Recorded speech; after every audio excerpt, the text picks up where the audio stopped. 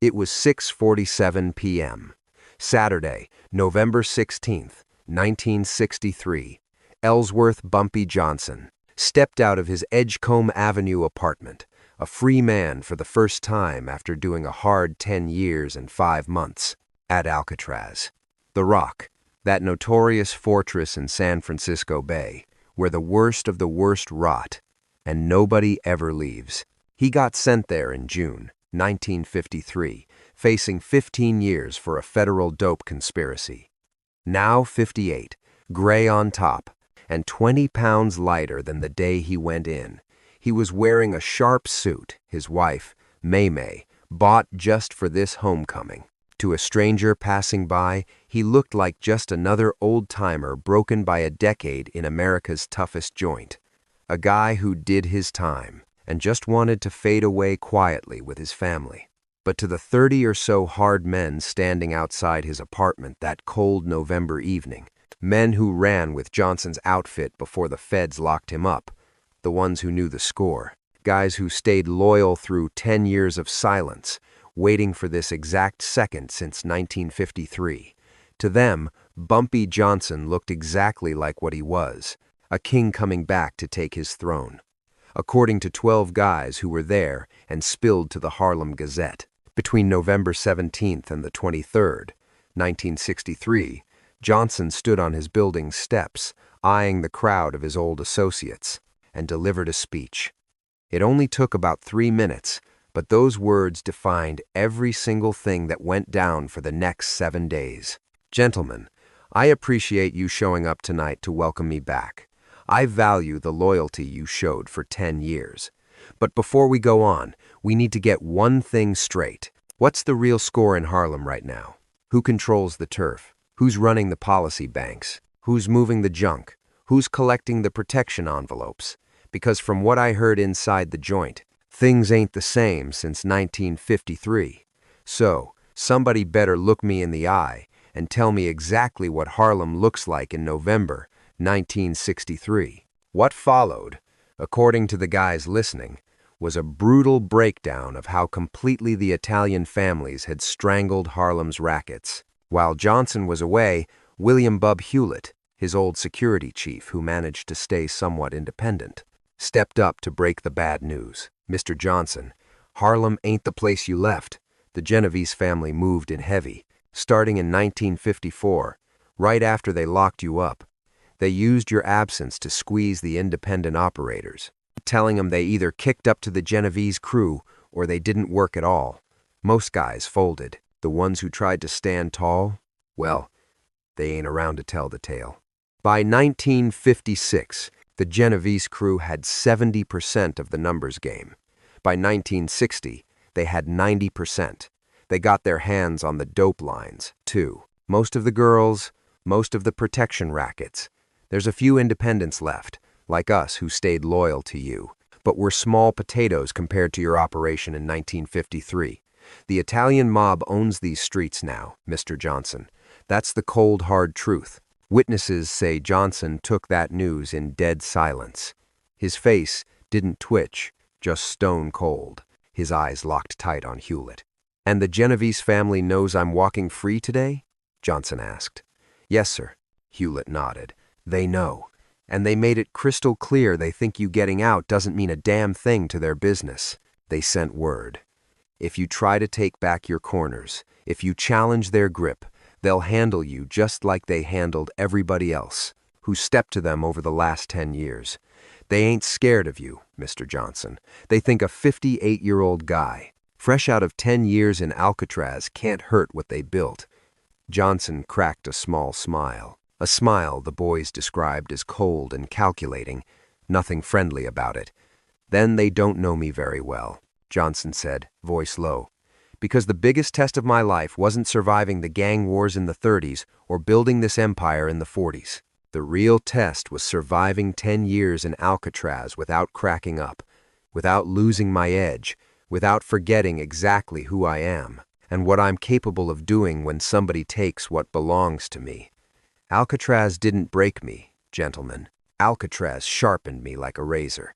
Now I'm home, and I'm going to show the Genovese crew and all of Harlem What a man who survived the rock can do when he's properly motivated. Johnson paused, looking every man in the eye, then went on. We're taking Harlem back. Not down the road. Not bit by bit. We're doing it in 1 week, 7 days from right now. By Saturday, November 23rd, the Genovese family is going to understand that Harlem is mine again. Their 10-year lease is up, and I'm back in the driver's seat of everything they stole. Now, who's standing with me? According to the witnesses, every single man there that night pledged their loyalty to Johnson's war for Harlem. What went down over the next 7 days became legend in the underworld, known as the fastest, smartest, and most ruthless takeover the neighborhood ever saw.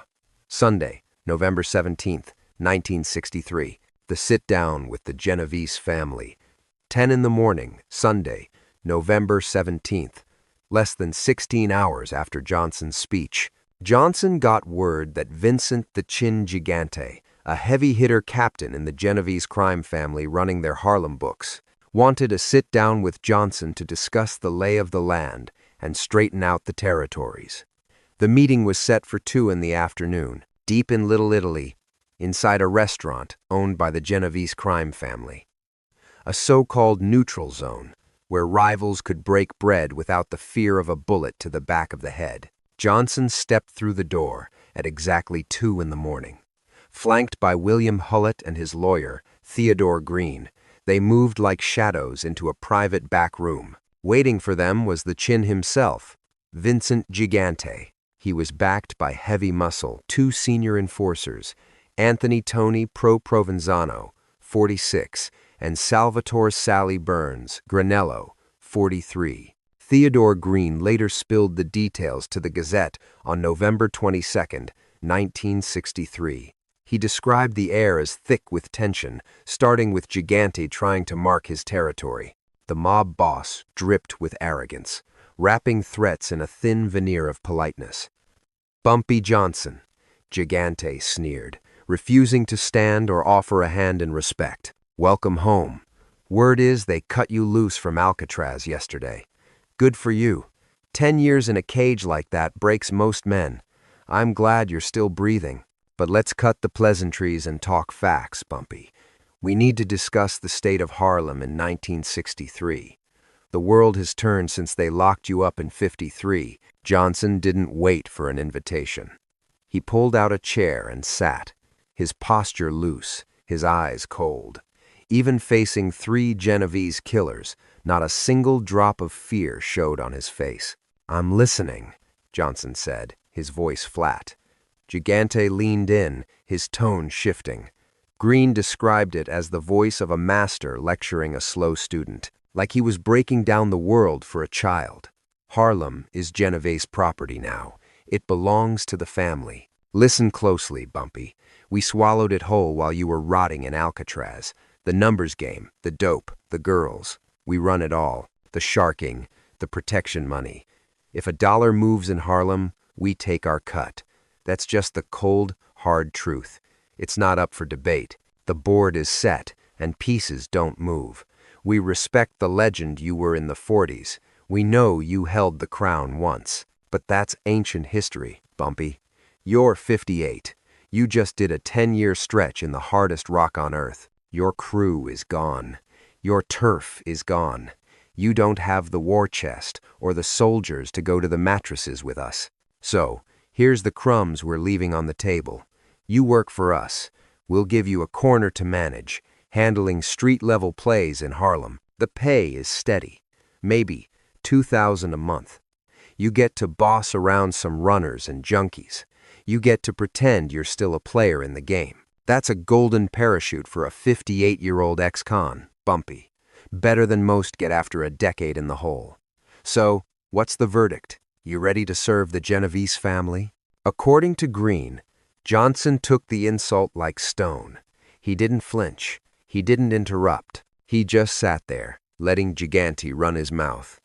When the mob boss finally went quiet, Johnson let the silence hang for 10 long seconds. The quiet stretched until it felt like a noose. Then Johnson spoke. His voice was low, barely a whisper, but it carried the weight of a judge's gavel. "Vincent, I appreciate you sitting down with me. I appreciate your little history lesson on how you think Harlem works. But now, I'm going to educate you. Let's get one thing crystal clear between us.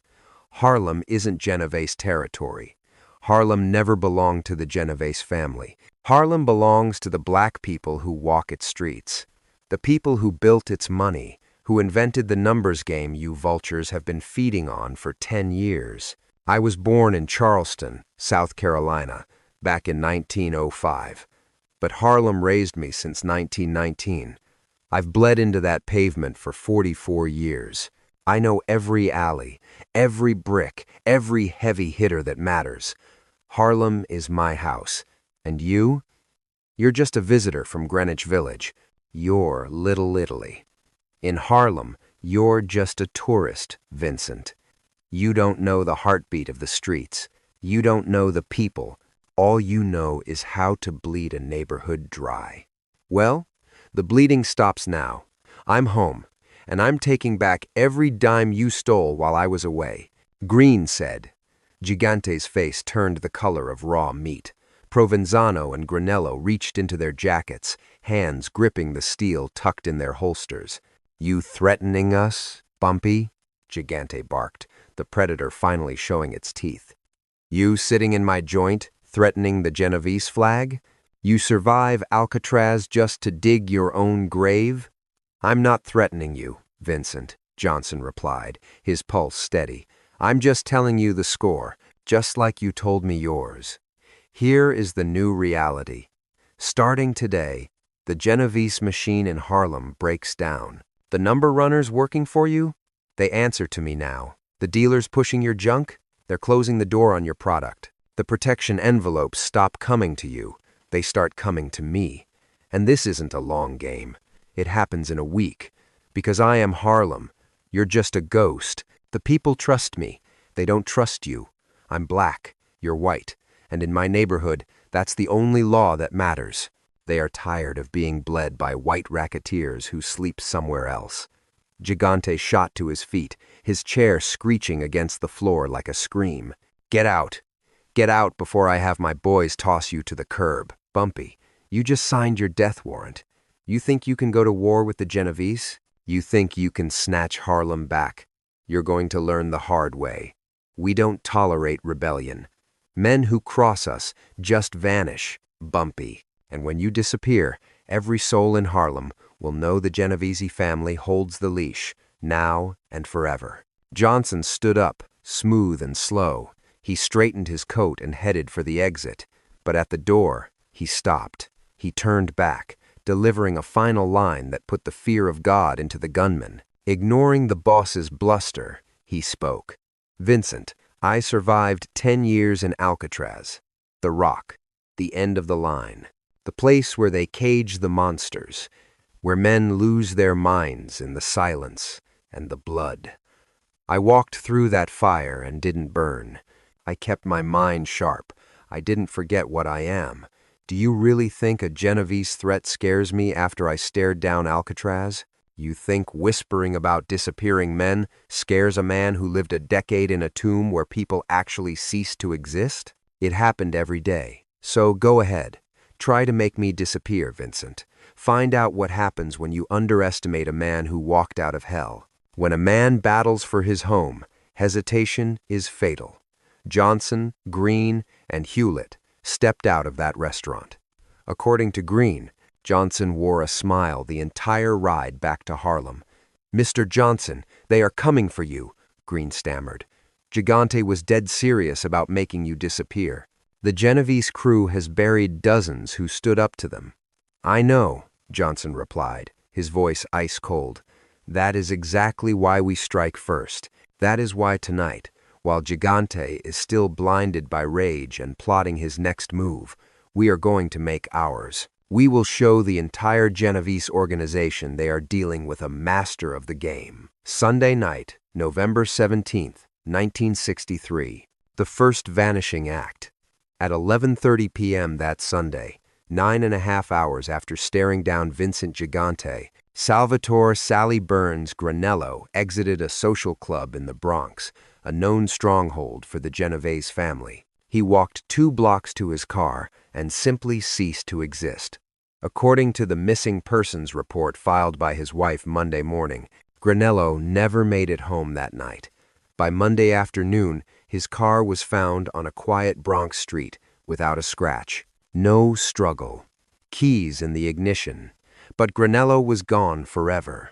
However, what the police report failed to mention, and what whispers in both the Genovese and Johnson camps later confirmed to the Gazette, was that 6 of Johnson's soldiers ambushed Granello as he reached his car. They took him down before his hand could even touch his piece, threw him into a panel truck, and hauled him to a Queens warehouse where Johnson waited.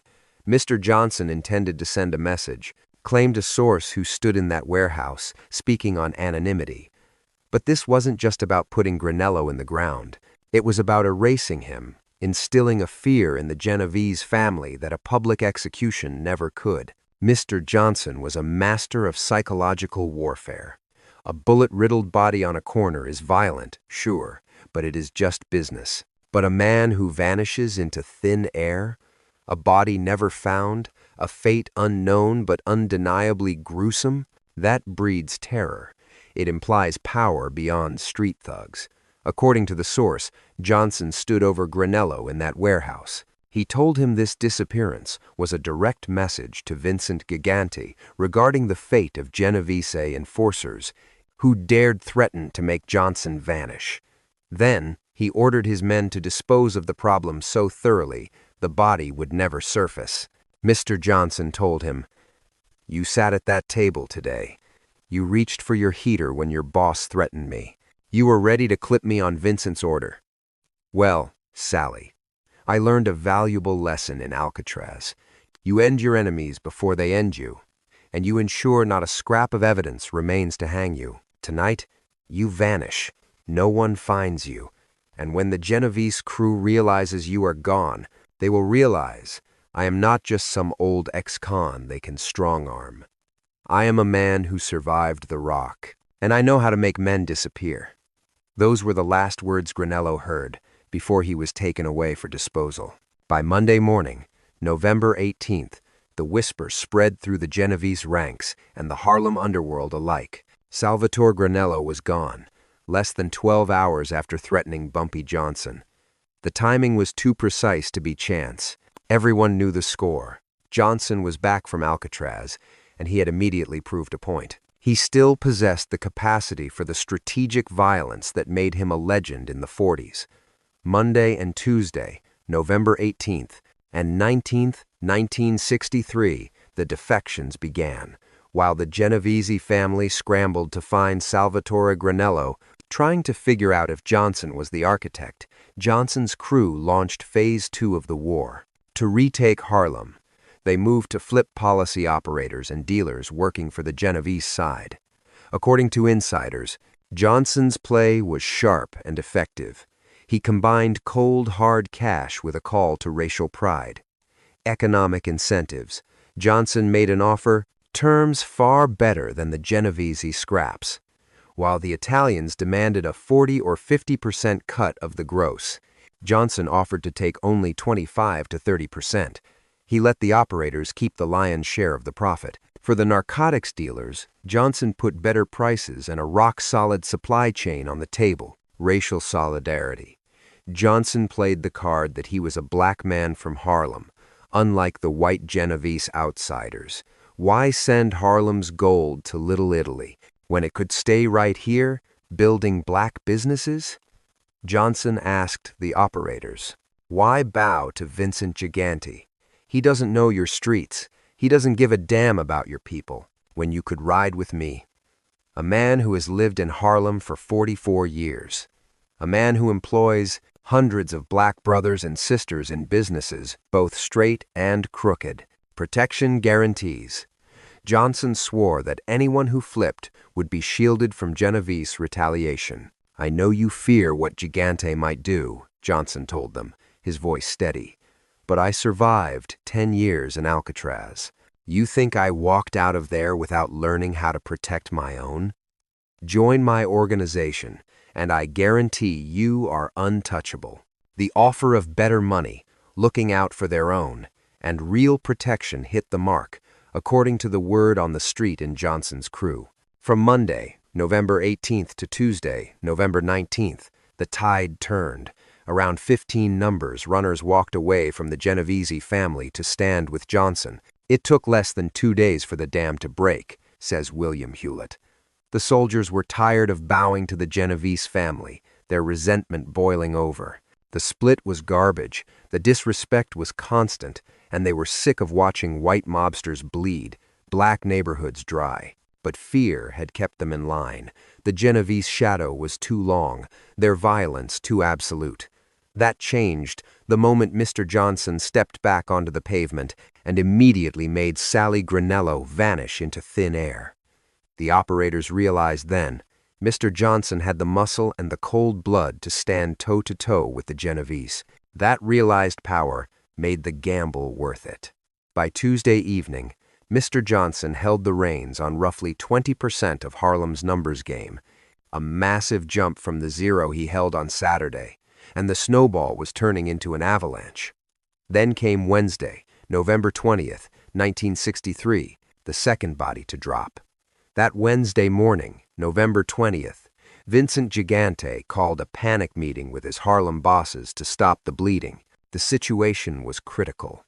Granello was ghost, the soldiers were jumping ship, and the Genovese iron grip on Harlem was rusting through. After only 4 days of Johnson being back in the life. We need to set an example. Gigante reportedly barked at the table, according to sources in the room. We put a body in the ground, someone Johnson actually loves. We need a death that screams consequences to everyone in Harlem. We hit Johnson in the heart, Gigante declared. Make him see this is a war he loses. Anthony Tony Provenzano threw a name on the table. Kidnap Johnson's granddaughter, Margaret. The 10-year-old innocent Johnson had just held after a decade rotting in Alcatraz. The plan was to use her pain as leverage, demanding Johnson's surrender and leave Harlem forever.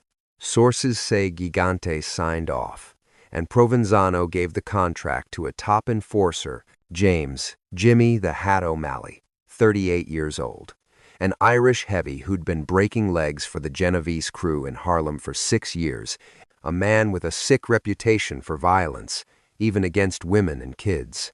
But Gigante and Provenzano had a blind spot. Johnson's organization had ears inside the Genovese house. Rats were already nesting in their Harlem operations. Operators playing both sides, loyal only to the new king.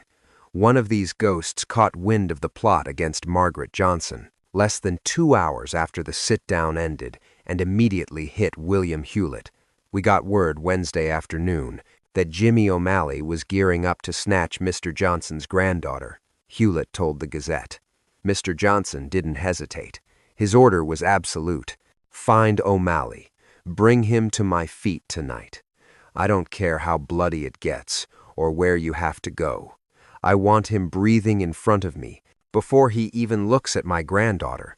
Jimmy O'Malley was located at 8:30 p.m. that Wednesday, November 20th, leaving his Hell's Kitchen rat hole, headed to Harlem to scout Margaret Johnson's school for the snatch. Johnson's Wolfpack 8 men, strapped with heavy iron, boxed O'Malley in before he cleared the block, dragged him from the car at gunpoint, and hauled him to that same cold warehouse in Queens where Salvatore Granello met his end 3 days prior. According to witnesses in the room, Bumpy Johnson's meeting with Jimmy O'Malley was short, sharp, and utterly terrifying. "You were planning to take my blood," Johnson told O'Malley. The hitman was bound to a chair, sweating through his tough guy act. "You were going to break a 10-year-old girl just to send a letter. Gigante gave the order. And you smiled, because you're the kind of animal who hunts children. Listen closely, Jimmy. I sat in Alcatraz for 10 long years, thinking of that little girl every day, praying I'd live to see her face, counting every second until I could come home to her. And now I'm standing here, and the Genovese family's first move is to touch her? You made a fatal error, Jimmy. You threatened the only soul I care about in this wretched world. That mistake is going to cost you your life. Witnesses say O'Malley broke down. He begged, swore he wouldn't have hurt the girl, claimed he was just a soldier following orders. Johnson's voice was ice. A man always has choices, Jimmy. You chose the Genovese flag. You chose to hunt a child. You chose to come for my kin. Now, you eat the consequences of those choices. And when you vanish into the dark, just like Sally Granello did, Vincent Gigante is finally going to learn the lesson. He'll learn that my family is a line you do not cross without paying the ultimate tax. Jimmy O'Malley ceased to exist that night. Like Granello, his body was never recovered. His car turned up Thursday morning, cold and empty on his Hell's Kitchen block. The police found no blood, no struggle, and no leads. The file went cold before the ink even dried, but every made man in the Genovese crew and every hustler in Harlem knew exactly what went down. Jimmy O'Malley looked at Bumpy Johnson's granddaughter, and Johnson erased him from the earth. Thursday and Friday, November 21st, 22nd, 1963. The Genovese family backed down. 2 senior enforcers wiped off the board within 4 days of each other. 2 top buttons in the Genovese Harlem racket, both erased within 4 days, vanishing into thin air shortly after. Stepping to Bumpy Johnson wasn't just a mistake. It was a death sentence that sent shivers down the Genovese spine. Vincent Gigante was rattled to his core, according to a deep insider who spilled his guts to the Gazette off the record. 2 of Gigante's top soldiers had dropped off the face of the earth. No corpses, no clues, 0 proof, just smoke. And every wise guy in town knew exactly who pulled the trigger. But pinning it on him? Impossible. That was the dark art of Bumpy Johnson. He didn't make a scene. He made men evaporate. No bloody sidewalks for the cops to tape off. No rats to squeeze. Not a single thread tying the old man to the empty chairs. Just whispers in the alleyways that carried the weight of gospel truth. That silence was heavier, scarier than any gunshot in broad daylight, because it meant Johnson played a game way above standard street thuggery. By Thursday, November 21st, Gigante's phone was ringing off the hook with bad news. The policy runners were jumping ship to Johnson's crew in droves. Around 40 operators had flipped by the afternoon, tearing away nearly 40% of the Genovese rackets in Harlem. Pushers refused to touch Genovese junk, terrified of catching heat from Johnson's boys. The protection envelopes were getting lighter, as shopkeepers realized kicking up to Bumpy was the only real insurance policy. The Genovese decade-long stranglehold was crumbling in under a week, all because Johnson proved with 2 empty suits that he had the stones to erase anyone standing in his light. It proved the Italians couldn't shield their own blood from his reach. On Friday morning, November 22nd, a mere 6 days after the king stepped out of Alcatraz, Gigante called a panic meeting, dragging in the senior Genovese, brass from downtown to see just how badly the Harlem books were bleeding red. According to flies on the wall, the air in the room was toxic. How did you let the wheels fall off like this? A capo barked at Gigante. The man's been breathing free air for 6 days, and he's already snatched back 40% of the turf. You lost 2 heavy hitters into thin air. This whole thing is going to hell in a handbasket. Gigante tried to cover his tracks, claiming Bumpy blindsided the whole family with the sheer ferocity and precision of his play. He ain't just some washed-up 58-year-old ex-con, Gigante argued. The rock didn't break him. It sharpened him like a razor. He makes guys vanish like smoke in the wind. He turns our earners by padding their pockets and playing the race card. He knows the pulse of these streets better than we ever could, and he'll put a bullet in anyone to reclaim his crown without blinking an eye. We took him for a fool, and we paid for it. The gray-haired bosses made the call. The Genovese family would step back from the firing line, letting him take back the numbers racket instead of fighting a war that would only fill more coffins and drain the treasury, and focus their muscle on holding the heroin trade, the real cash cow that Johnson didn't seem hungry for yet. Let Bumpy have the scraps of the gambling game, the bosses decreed. That's peanuts next to the powder. We keep the white stuff and cut a deal. He runs the numbers, we push the dope, and nobody steps on toes. It's the only move, cut the bleeding before we lose a war we can't win. Saturday, November 23rd, 1963. The third strike and the crowning of a king. That morning, 1 week to the day since Bumpy left the cage, Anthony Tony Pro Provenzano, the Genovese heavy, who sat at the table when Gigante threatened the king, the same guy who gave the order to Jimmy O'Malley to snatch Johnson's grandkid, went dark. Provenzano was cruising to a sit-down in Jersey when 2 rides boxed him in and ran him off the asphalt. They yanked him out, staring down a barrel, shoved him into a back seat, and drove him into oblivion. His wheels were found lonely on the shoulder. As for Tony Pro, never seen again.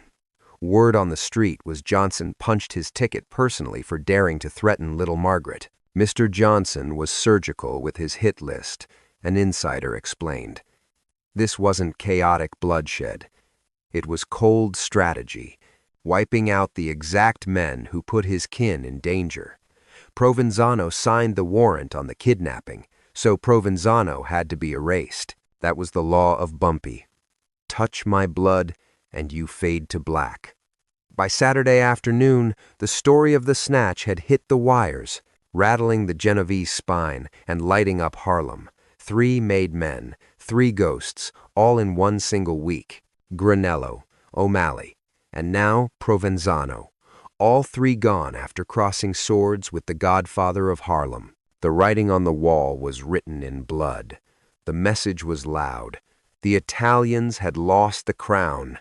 At 6 p.m., on Saturday, November 23rd, 1 week since the gates opened, Bumpy Johnson held court at the Palm Cafe on 125th. 200 souls packed the joint runners who had wisely swapped the Italian flag for Johnson's banner, hustlers ready to move product, and clean shop owners who used to bleed cash to the Genovese crew, but now pledged their fealty to Bumpy.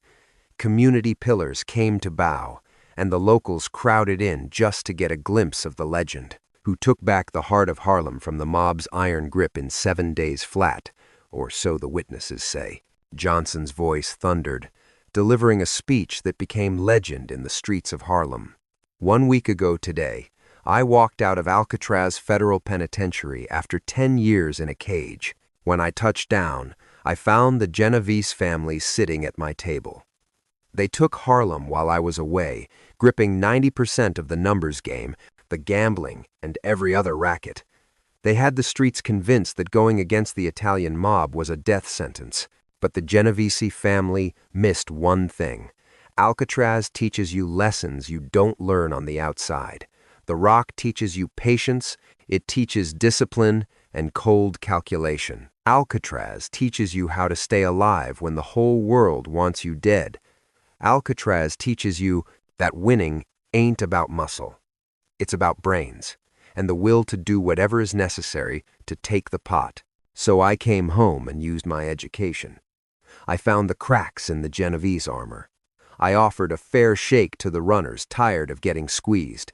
I spoke to our blood, reminding black operators that working for white mobsters who don't live in Harlem and don't give a damn about Harlem is a betrayal of our own.